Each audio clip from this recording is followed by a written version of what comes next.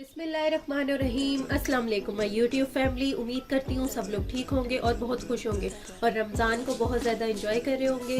तो रमज़ान में सहरी में सब घरों में दही और लस्सी का इस्तेमाल किया जाता है, तो मैंने सोचा आप लोगों के साथ दही की रेसिपी शेयर की जाए कि दही कैसे जमाई जाती है।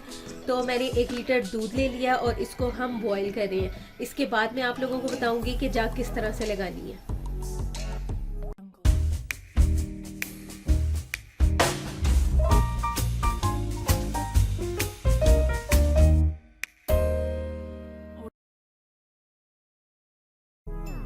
चलें जी, दूध में उबाला आना शुरू हो गया है और ये हमने फुल फैट क्रीम वाला दूध लिया है। डब्बे वाला दूध यूज़ नहीं करना, उससे दही अच्छी नहीं जमेगी। अब हम इसको तकरीबन 4 से 5 मिनट तक अच्छी तरह इसी तरह पकाते रहेंगे और चूल्हे की आंच जल रही है और इसको अच्छा सा फेंटेंगे ताकि इसके ऊपर ज़्यादा सी झाग बन जाए। वो हमारी दही के ऊपर मोटी मलाई लाने के लिए बहुत अच्छी होगी।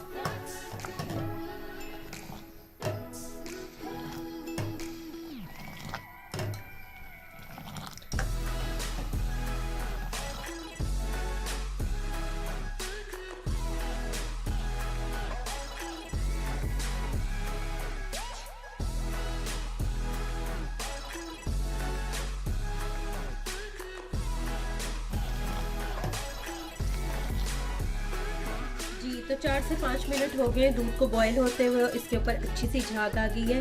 अब मैंने ले लिया है एक मिट्टी का कूंडा। अगर आपके पास ये अवेलेबल नहीं है तो आप शीशे का बाउल भी ले सकते हैं या स्टील की परात या स्टील का कूंडा भी आप लोग इस्तेमाल कर सकते हैं। लेकिन प्लास्टिक का बर्तन यूज़ नहीं करना, क्योंकि प्लास्टिक के बर्तन में इतना गरम गरम दूध डालेंगे तो वो हेल्दी नहीं रहेगा। अब मैं इस गरम दूध को कूंडे में सारा डालूंगी, लेकिन इसी तरह हम डालेंगे ऊपर करके ताकि फेंट के ताकि झाग भी बने। फुल गरम दूध है, ये सारा मैं इसमें शामिल कर दूँ।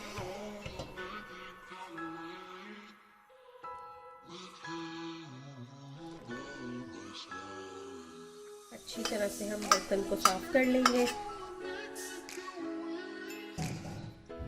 और अब मैं इसको तकरीबन 1 मिनट तक अच्छा सा फेंट लूँगी ताकि कूंडे के ऊपर की सारी झाग आ जाए। जितनी ज़्यादा झाग बनेगी उतनी ही अच्छी मलाई आएगी और सारी तरफ आएगी,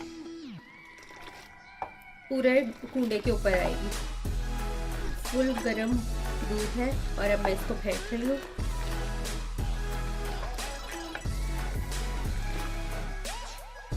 चलें जी, आप लोग देख सकते हैं मैंने अच्छी तरह से दूध को फेंट लिया और इसके ऊपर अच्छी सी झाग भी आ गई है।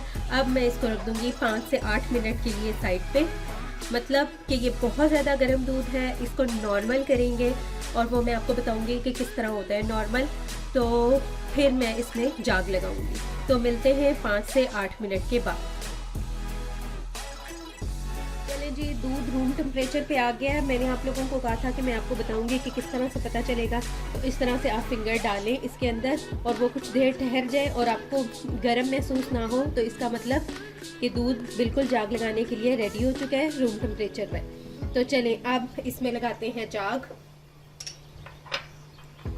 ये 4 से 5 खाने के चम्मच मैंने ले लिए हैं दूध और यहाँ पे मैंने ले ली है 3 से 4 खाने के चम्मच दही। ये जाएगी इस दूध में।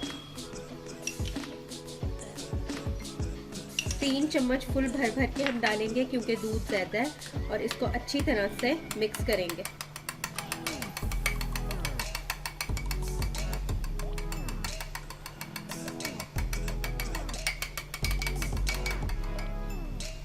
चलें जी, दूध में अच्छी तरह से दही मिक्स हो चुकी है। अब हम इसकी लगा देंगे दूध में जाग।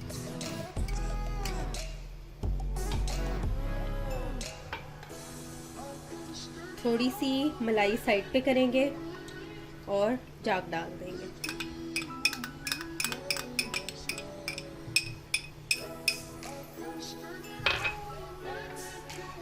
अच्छी तरह से मिक्स कर लेंगे।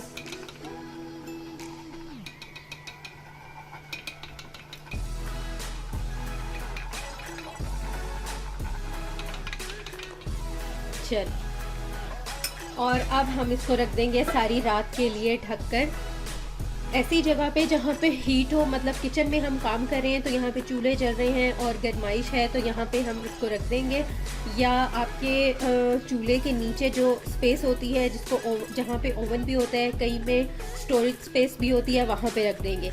तो ओवरनाइट रखने के बाद तकरीबन 7 से 8 घंटे के बाद जैसे ये दही जमेगी फिर मैं आप लोगों को दिखाऊंगी। चलें जी, ओवरनाइट हो गई है दही को रखे हुए, तो अब देख लेते हैं दही जम गई है या नहीं। बहुत अच्छी दही जम गई है और बिल्कुल बाजार जैसी आप लोग देख सकते हैं कि मलाई भी आई हुई है। थोड़ा सा पानी आया हुआ है, ये आपके दूध पे डिपेंड करता है। अगर वो खालिस होगा तो ये पानी नहीं आएगा और अगर पानी वाला होगा तो थोड़ा बहुत पानी दही के ऊपर आ जाता है। अब हम इसको रख देंगे 3 से 4 घंटे के लिए फ्रिज में ताकि ठंडी हो जाए और दही और ज़्यादा मज़े की लगे। ठंडी हो गई है और अब इसका खाने का मज़ा और भी ज़्यादा आएगा। तो मैं आप लोगों को दिखाती हूँ कि दही का टेक्सचर कैसा है। ये देखिए, बिल्कुल बाज़ार जैसी खालिस दही आप घर पे बहुत आराम से बना सकते हैं। और अगर आपको मेरी वीडियो पसंद आई है तो लाइक करें, मेरे चैनल किचन विचन विद नादिया को सब्सक्राइब करें, दुआओं में याद रखें। अल्लाह हाफिज़।